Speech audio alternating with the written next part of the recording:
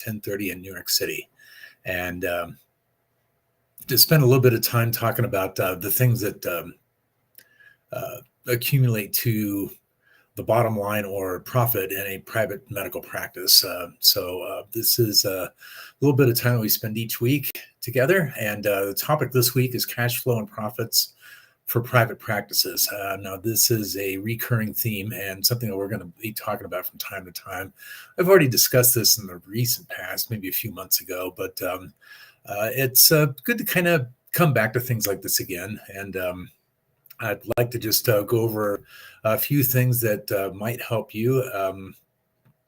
There's a very good chance that you've thought of quite a bit of this already, but if you come away with even one thing, then hopefully then the time that you're giving me to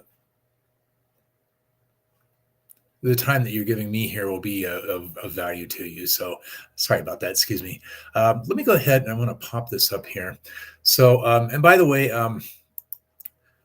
if you do have a question or a quick comment, we're streaming live on not only LinkedIn, but also Facebook as well as YouTube. In each of those three, there's a chat that's available to you. And if you do have a quick question, go ahead and pop it in. Let me go ahead and I'll get started here. So cash flow starts with receivables, which is basically the money that comes in.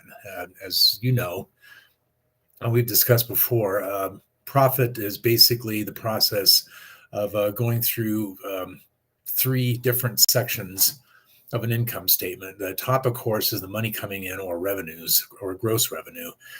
Gross revenue in a medical practice is, for the most part, going to be, and with some exceptions, of course, but basically you are billing patients for the services that you provide for them. More often than not, if you're in traditional Western medicine, you're billing insurance for these nice people. So claims receivables are an issue. And it's quite often that you'll find that the cash flow that generates from a particular data service can actually occur in a month following the month of data service, which isn't terribly convenient. As we call it a month and accounting cycle, we do like to match money to the event which created the revenue. But that's not always going to be the case in claims receivables. The object of the game here is to keep a close eye on these and make sure that we know where they are in the process. If there's secondary insurance, sometimes even tertiary. If you have older clients, Medicare can be primary, certainly. They have Part B, and keeping an eye on where that is in the process, and at the point at which it pays, we need to get that over to the next in line insurance just as soon as possible, continue to coordinate benefits and get paid as quickly as possible. You are able to actually find outside help, and we're actually able to help you with that, finding outside help for revenue cycle management. If that's something that could be of interest to you. As your practice grows, you may find that this is a difficult thing to train new staff on. So moving on from that, you have the things that basically touch your gross revenue to turn it into net revenue. Two major things are staffing or cost of goods sold, which includes cost of labor. And then the third and largest part in terms of number of line items is going to be staffing and administrative services. Selling and administrative services. Sorry, I misspoke there. So once you subtract these two things, you're at the bottom line profit, which is the subject of our weekly meeting. So cost management is very important. You do definitely have to spend money to make money as a physician. There's no question about that. You've got to have some sort of a physical plant. You've got to have licensure, regulatory requirements. And of course, you've got to have 5-star staff. The better the patient experience, the better word of mouth and quality and class of patient you're going to attract. So you don't have to spend without some sort of accountability. Now, I'm not talking about penny pinching. making your staff crazy buying the cheaper paper clips or whatever. But there are certain wasteful spending items that get overlooked very easily in the course of an accounting cycle. One of the biggest things I think of is the acronym SaaS, SaaS, which is software as a service. It's very easy to sign up for a software. They tend to like to bill monthly on a auto recurring debit fashion. Credit cards are very convenient for that, and you can find yourself with a number of different software services on your books that you're no longer using. So it pays to audit things on a frequent basis. I would say minimum monthly would be in your best interest. Strategic budgeting.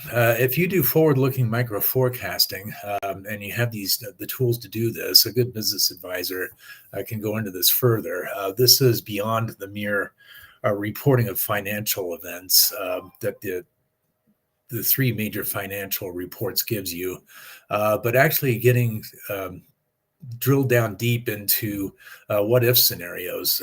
There are processes available to the modern physician practice will allow you to, for example, plug in the cost of a new, let's say, a specialty that you like to have inside your office, a new medical professional, plug that in on the revenue side based on what you assume your return on investment is going to be and the cost of having that staff person, and actually doing micro forecasting, which is looking into the future rather than merely making decisions based on the past. So that's super important.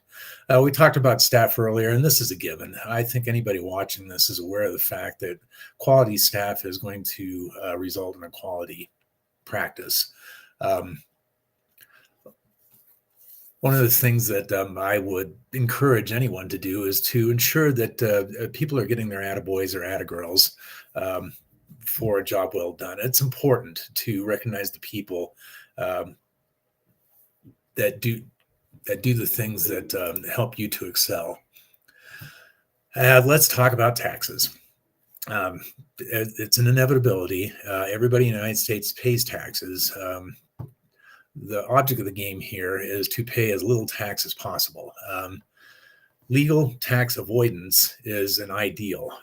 Tax evasion, of course, is a felony. So there's a fine line, and knowing the difference and having good quality tax planning and professional preparation help is critically key. So one of the big things you want to do is to keep your room tidy and your house neat, as it were, and make your estimated tax payments on the quarterly basis.